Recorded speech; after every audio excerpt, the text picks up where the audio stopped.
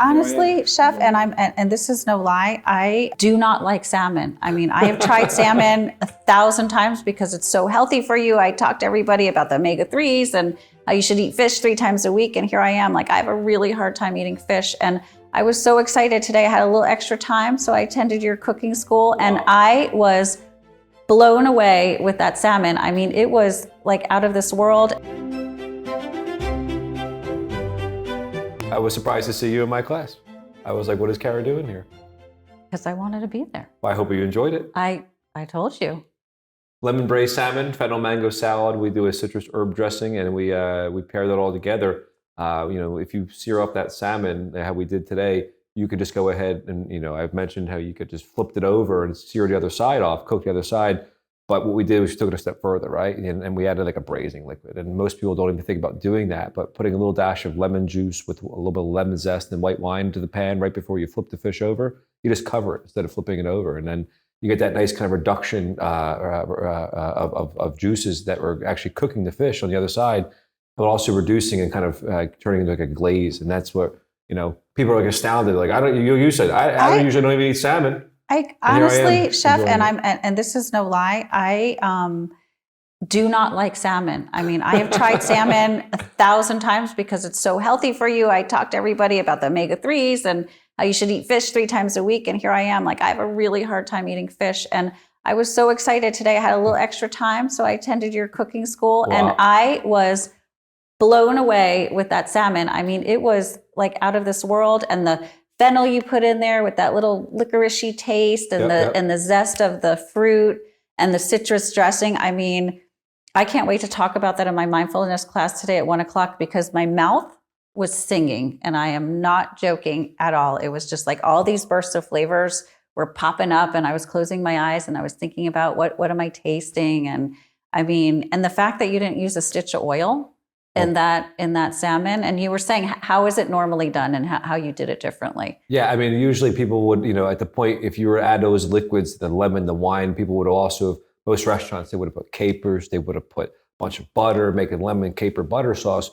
And some of you might be like, oh, salivating now, hear me say that. But remember, capers are very salty, right? Butter, obviously, very fatty. So adding those extra components are going to really just kind of ruin your dish in that sense, keeping it healthy. And you don't need those in there to make it flavorful and nice. And as you saw, it can really stand out. So you can change that recipe up and do sea bass, you could do halibut, you could do chicken, you could do tofu, and you could do a lot of things in that same kind of mindset, changing the citrus into using an orange as opposed to lemon, or in addition to the lemon, right? Like whatever you have, you don't have to go and buy that. You can substitute the citrus for something else. Correct. And if you don't want to use white wine, you could also use vegetable broth, right?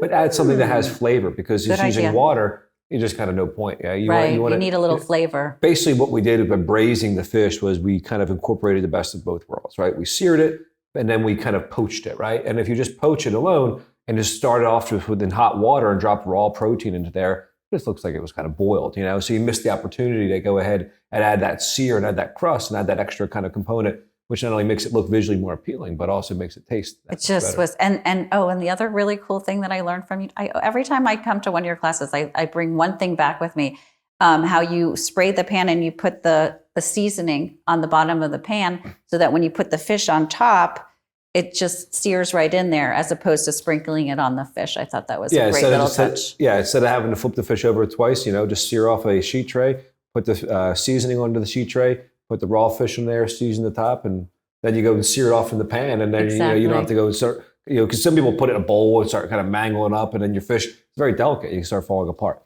Yep. So like you said, the fennel salad, though, is a good one, though, because most people don't think about putting fennel in a salad. And then putting fennel, putting radishes, putting mango all together. We put a little bit of candy cane beets and carrots and bell pepper in there. And the citrus herb dressing is very versatile as well. You can use it as a salad dressing, which is what we served today.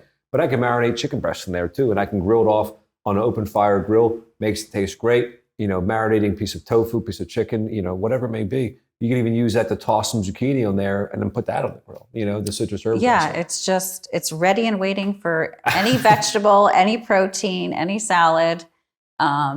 and you can make it for a couple of days so it stays in your fridge, and Correct. you can use it on all sorts of things. I tell people to freeze their stuff, right? Like if it's freezable, and anything's freezable, first of all, right?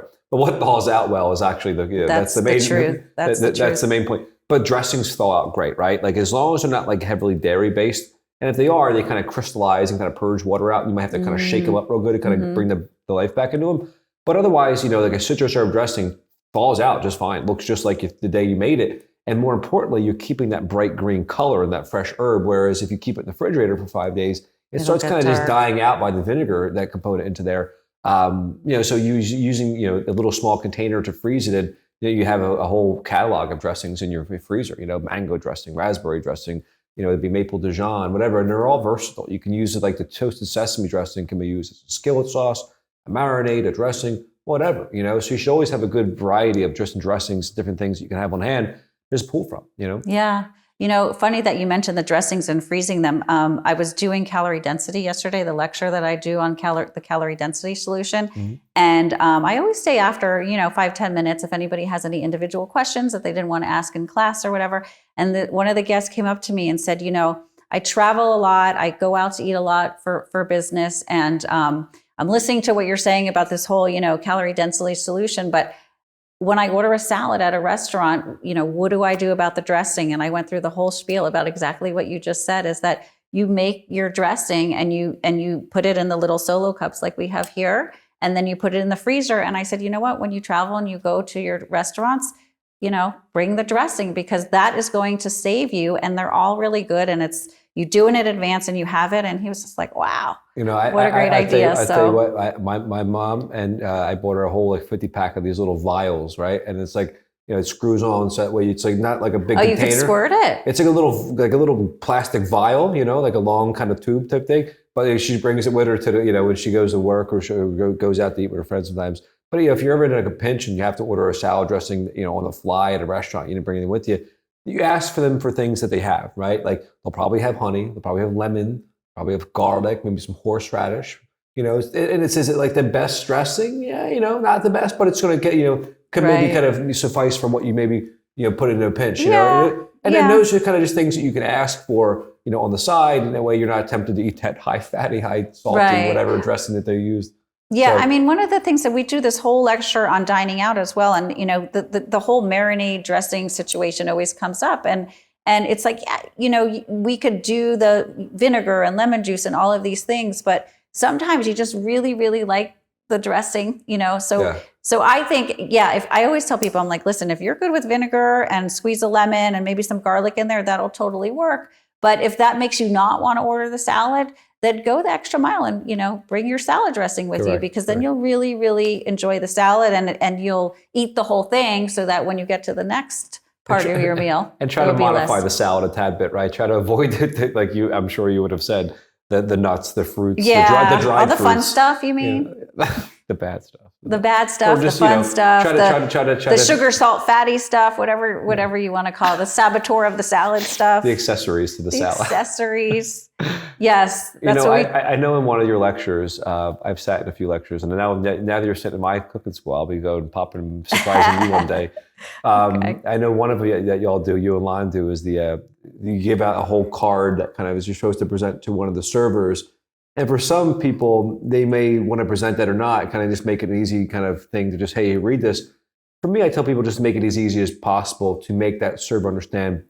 If you go to a restaurant, like there's a restaurant down here in Miami called Houston's, and it's not a healthy restaurant by any means, but it's a good quality, higher end restaurant. And they have a few things on their menu that they can modify for you very well, right? And it's just a matter of getting that explanation to the server, who explains it to the kitchen. And sometimes you don't want to scare them, and if you give them all these kind of just, restrictions, just make it easy just to understand, right? Like, absolutely. Okay, if I go there, they have Scottish salmon, just same exact Scottish salmon that we serve here, right? Real good quality salmon that you just mentioned. They have a ruby red trout. They also have a catch of the day. So those are 3 good options you can ask for, but you would ask them for, hey, do you guys have a no salt seasoning at that restaurant? Well, they do there. Most restaurants carry a no salt seasoning on hand, because it's such a common request. I have a bunch of people I still associate with who work in the industry, and they say it's not an uncommon thing, So don't feel like you're burdening the restaurant. Agreed. Asking for a no salt seasoning. on your protein, whether it's fish or chicken. The portion size is always going to be bigger than it should be. So realize that you're probably going to either overeat or leave some on the plate, or maybe split it with somebody, right? Whatever it may be. But, think about how you can ask for that. Just say, hey, can you just use cooking spray and broil it, pan sear it, grill it? But, those are the things you can ask for to keep it simple, Right. They don't mind doing something like that. The simpler you make it, the easier it is for them to do. And they may use a little bit more cooking spray than they should, but at least they're not just pouring oil into the pan. Agreed. Yep. Your fish was already swimming in the ocean. It doesn't need to be swimming in the oil in the pan, right? Like, it's a bad joke, but whatever. That was cute. Yeah. We got lots of cheese here. Yeah, so no, I totally agree. And the other thing that I tell a lot of our guests here regarding the whole dining out situation is, find a few restaurants that you frequent. They get to know you and they get to know how you like to make your food, so that when you go there, they just say, hey, Chef Vince, how you doing? You want the special fish today, the way you like it? And that way, it's just kind of, you feel like you're at your home away from home, and they make it the way you like it, and it continues the journey that you're doing in this path to health. Because a lot of times I talk to people, because we work with people after they leave here. We have this program called Pritikin on Track, and it's virtual counseling, and a lot comes up because when you're here in the Pritikin Center, I call it rainbows and unicorns. Like, everything you do here, everything you see here, everything you eat here is going to be good for you. So it's sort of easy. But then they have to go home to the lions and the tigers and the bears, and they have to figure out how not to get that whole sugar, salt, fat trifecta situation. Yeah. And it's not easy, but if you just come up with strategies and solutions and you stick to them,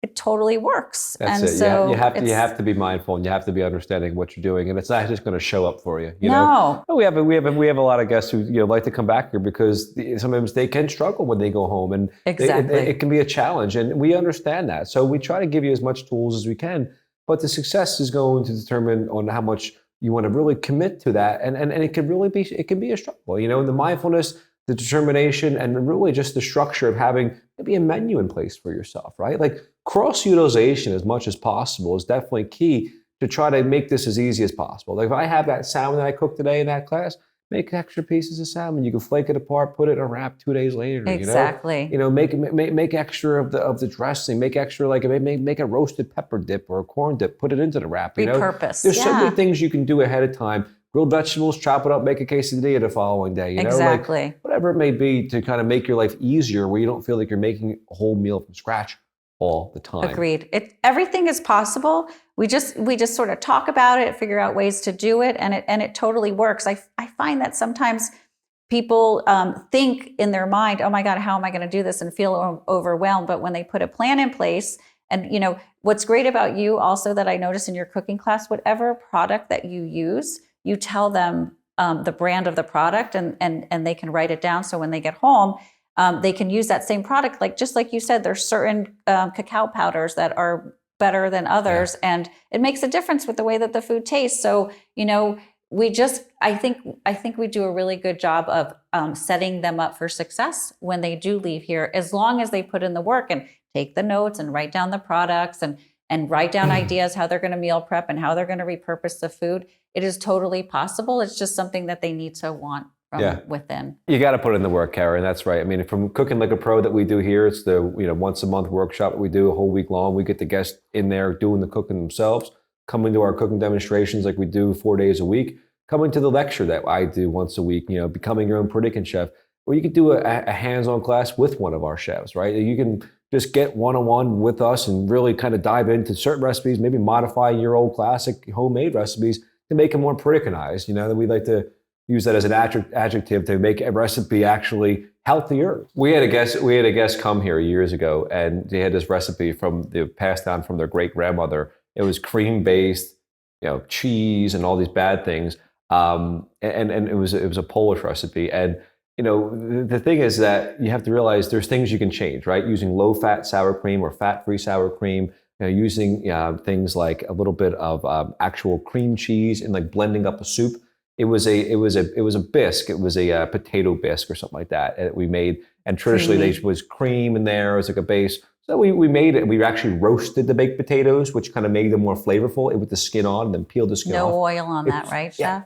You know it. I mean, there's no oil in there. But roasting the baked potato and then peeling the skin off gives you a little bit more of a different kind of dimension to the actual potato. So that was the first step I did, as opposed to just boiling it to kind of get more depth in the soup. But also using the low-fat sour cream or fat-free, and then low-fat cream cheese, and blending that up, as opposed to using the heavy creams and the butters. Totally. Sauteing the onions and the garlic and the leeks a lot more than just boiling everything, and just going to give you more flavor.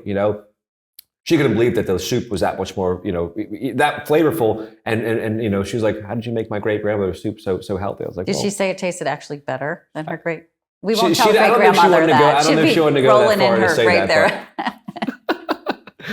Oh my God. Well, I know that you're super busy, Chef. You got Cooking with the Pro coming up. I have a mindfulness lunch coming up at 1:00. And what we do in the mindfulness luncheon is we sort of talk about how to slow things down when you're eating, how to enjoy the flavors. And we actually have them eat their lunch while we do the mindfulness luncheon, so we can talk about, look at all the textures and the colors of the food, appreciate the food, enjoy the food, chew it slowly, enjoy your meal, rather than like the typical scarfing up your food and onto the next thing. My stepfather was like infamous. Like, the guy would just sit there and huddle over the table, scarf down this meal so fast. I'm like, we didn't even start eating yet. This guy's already done. I know. One thing I and told he could him, eat a whole nother plate right after that. And he would actually, And And he so, would. one thing I told the guy to do, I said, Frank, why don't you go ahead and why don't you try to eat with your non-dominant hand? I think you guys. That's the strategy we use. That's where I got it from. And it actually worked for him. So he doesn't actually eat as fast now. And it's surprisingly effective, and just something so simple to kind of train yourself to do it differently. And now you realize, like, wow, I was eating, so I wasn't actually even tasting the food. I was just eating it because I was so hungry, and you don't even appreciate it, Exactly. And you can actually overeat quickly like that as well. One thing we just did in the class before we go is the cupcakes, right? Easy to go ahead and look at this whole tray of cupcakes I just made and want to indulge yourself to eat 10 of them, right? As long as you have the mindfulness to go ahead and limit yourself to that one serving that we try to recommend, which is 2 cupcakes, 2 small cupcakes. Yes, they were very small. They were very petite small. Cupcakes. They were very cute. Yeah, but it makes you feel like you're having some, originally I wanted to do 3 cupcakes. I think 3 would be like that's, you're overdoing it, but Yeah, 2 is good. I like 2. 2's a good. 3's a crowd. 3's a crowd. All right, heard that. Yeah. But we have other things like, we have a vanilla cupcake, which you can add lemon zest and do it. We serve it with a raspberry sauce, but you can do it with a blueberry sauce. There's so many kind of little modified ways you can look at a recipe and tweak the overall flavor in there to make a whole something new. But we have a great amount of recipes that we share with our guests here, from like things like the cupcakes to this, to the salmon, to different things, from soups and sauces and all types of good stuff. And you got to come check us out if you want to have know all the secrets. I show everybody that website and show them how to get into the recipes, and they're like, then we build the meal, and they're on their merry way, and everybody's happy. So come join us. Come join us here at the Pritikin Center. We try to make it as easy as possible and to fun take this too. program. We have fun too, don't we, Chef? We have a lot of fun. We sure do. Take care, everybody. All right, great hanging with you, Chef. You too, Kelly. Have a great day. See you.